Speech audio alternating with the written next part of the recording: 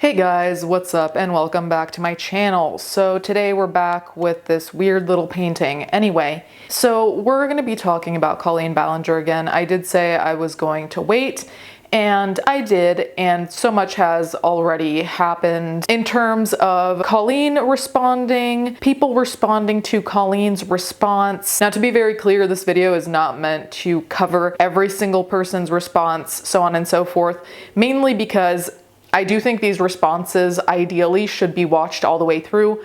Obviously here, I'm only going to show you clips. I will link the responses of the people who came out with the allegations in the first place, as I think those are the core ones to see, at least in the immediate. So Colleen responded to the allegations in the most quirky girl fashion, that is playing the ukulele and basically calling everything misinformation, which is not a way to counter those allegations. Let me just be very clear on that. But I think we all figured that one out. Now, I will put a couple clips of the most important, I say very loosely, things she said in regards to all of this.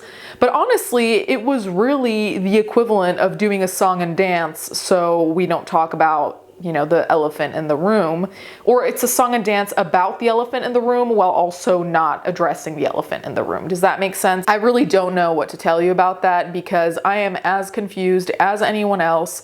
I am frankly bewildered at the fact that not only she would think this is a good idea, because clearly her judgment is not, but the fact that nobody around her said anything, or maybe she didn't listen. I don't know. It's just crazy to me because it's almost impossible to think that she didn't tell anyone, you know what I'm gonna do? I'm gonna take out my ukulele and call all of this misinformation, and that's that. And nobody was like, wait a second. Not even a lawyer maybe, because if your friends aren't stepping in at this point, I really do think you should get a lawyer, hopefully, because you're getting sued. So a lot of people are saying some things about me that aren't quite true.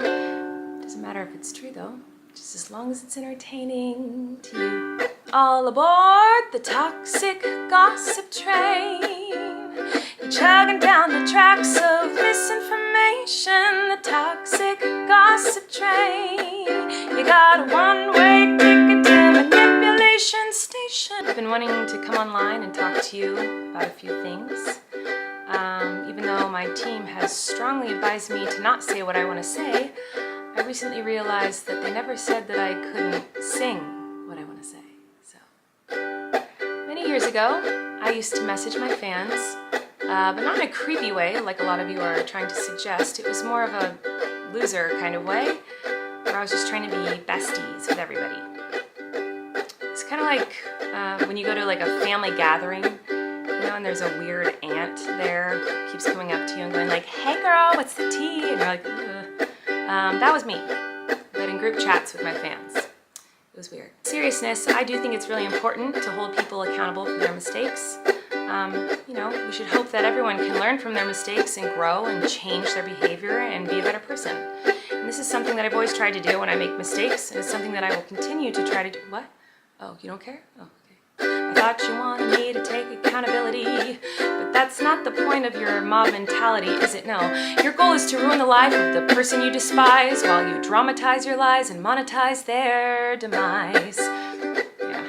I feel like I can already hear the comments on this video. She's gaslighting, manipulating. Oh, she's a narcissist and a rat. I would never make a mistake like that. Oh, I'm sorry, I didn't realize that all of you are perfect, so please criticize me. Bring out the daggers made from your perfect past and stab me repeatedly in my bony little back. Anyway, Trisha Paytas responded because what ended up coming out was that Colleen was also sending Trisha Paytas's nudes from her website to minors. She was like making fun of Trisha Paytas's body with children. Now, it's already weird to me that you're going to people you barely know, but that are fans of yours, to talk about someone who you're supposedly friends with or were friends with, whatever, someone in your community.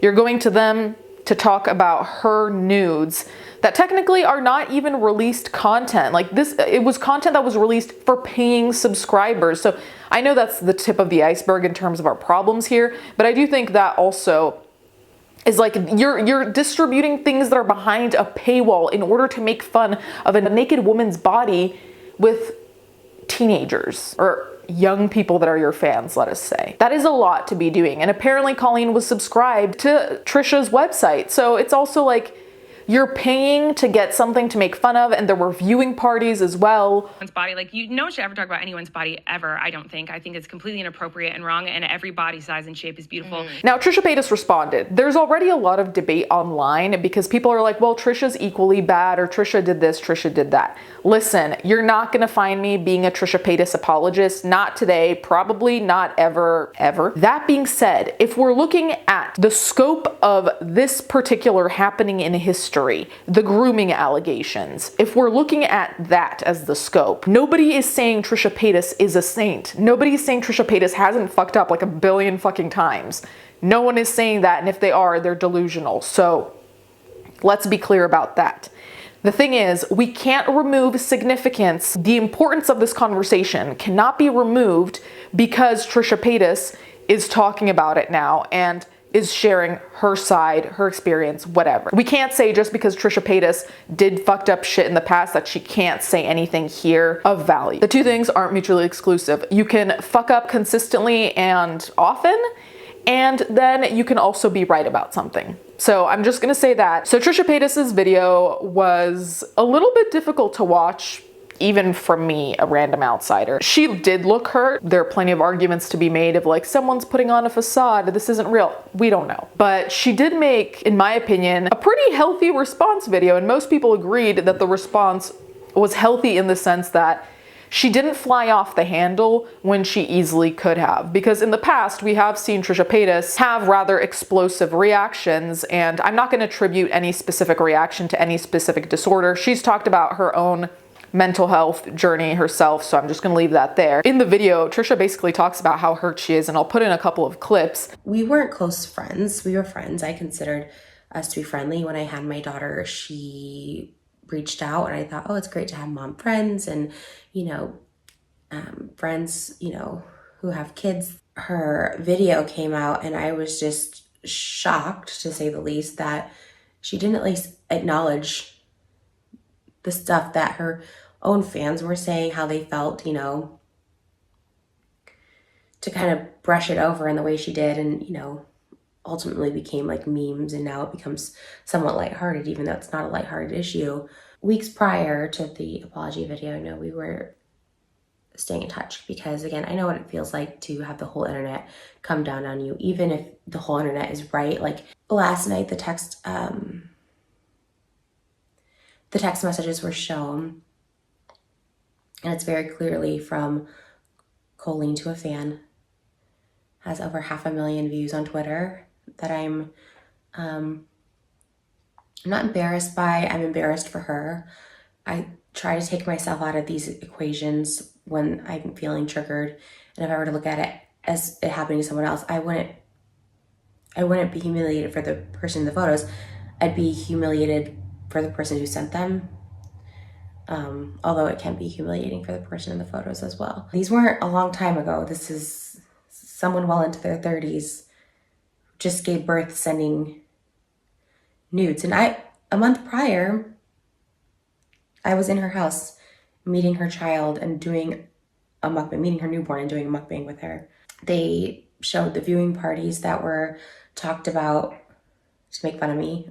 They did viewing parties of my adult content to make fun of me. And there's a friend of hers who I actually met as well back in 2018 with his face posing next to explicit images of me. And there was a video of it, and it's a lot.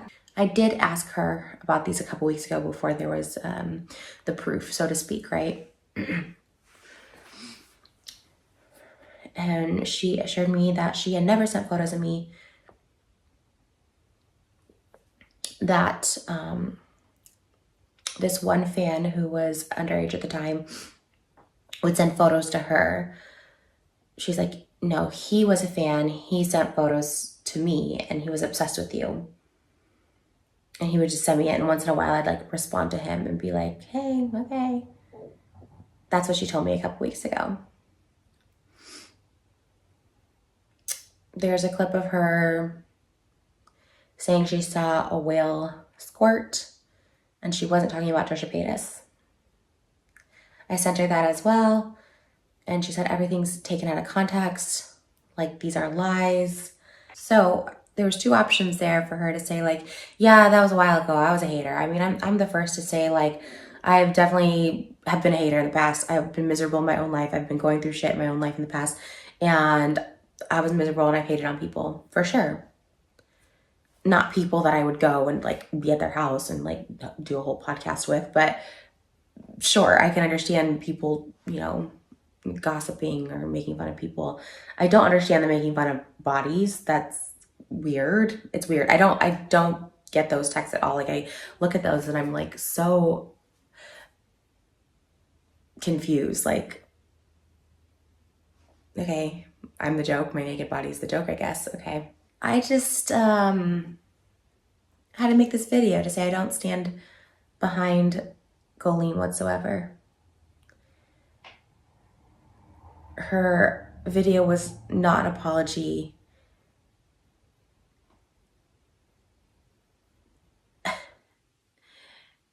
And it took away from the severity of her actions of talking to minors, bringing minors on stage at her show. These people are speaking up and they're uncomfortable for a reason. Acknowledge it, change it, do better. It is really sick to think about the fact that Trisha said she was happy to have another mom friend, so I'm guessing that's a friendship on a different and maybe deeper level as well, because you're really kind of leaning on that person for knowledge, guidance, blah, blah, blah. I find it particularly sad, but also creepy as fuck, because listen, it is very Mean Girls, and I return to that because it is high school catty to do this, to say horrendous things about someone in the sense of making fun of their bodies from their websites that you subscribe to just to make fun of their bodies. To do that with minors and then turn around and start a podcast with that person and then lie, because Trisha confronted Colleen and Colleen was like, oh no, they were sending the pictures to me. I wasn't the one sending the pictures. And lie when you decided yourself to start a podcast with a person you'd been making fun of. And I just don't understand how you get from point A to point Z there. How do you make fun of someone like that? Clearly not respecting them, clearly not respecting their boundaries. Decide to do a podcast together. Then it comes out that you were saying these things and then you lie. Like, why would you even do the podcast with that person unless you just see people as dollar signs, which frankly, at this point, wouldn't be that surprising. So now on top of that, Colleen's ex-husband Josh also came out and made some comments that I'll show you on the screen.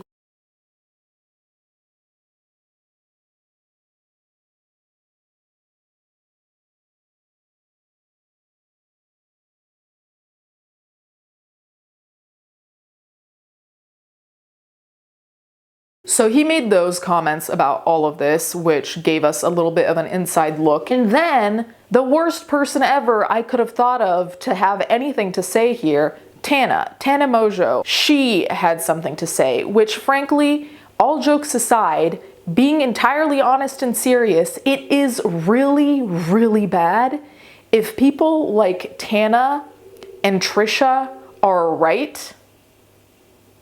If they're on the side of morality, kind of, more than anything, that tells us how fucked up the situation is. When on God's green earth was I gonna wake up and see Tana and Trisha as voices of reason?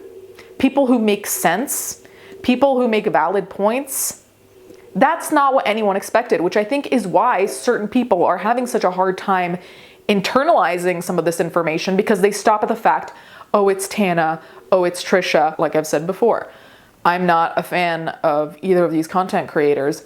When you have a point, and it really doesn't matter who you are. But it does underline the almost ridiculousness of all of this that Colleen Ballinger got away with for so long, that now the outliers of the community, in my opinion, maybe that's just me, the outliers of the community are making sense and are against you. Like collectively, we're all basically against Colleen in terms of what she did. The only people who are still defending her are hardcore Miranda Sings fans. And even there, like, there are plenty of fans who wanted to dissociate, not have anything to do with the fandom anymore, blah, blah, blah. So we're really seeing this unfold in real time. I have an inkling that after her song, so far now, after her apology song or whatever you want to call it, she is gonna go MIA for a while, which is what's happening now, I believe. And then after that, if she ever tries to come back, I really feel like she's either gonna come back with a serious apology, probably due to a lawyer, or she's just gonna completely ignore it and continue making content like she did prior. There's no in between. It has to be 0 or 100 in my opinion. But I guess we'll see what happens there. Anyway, you guys can let me know what you think in the comments down below. You guys can let me know what you think is gonna happen. Thank you guys so much for watching. Thank you to my patrons as always, and I'll catch you guys next time.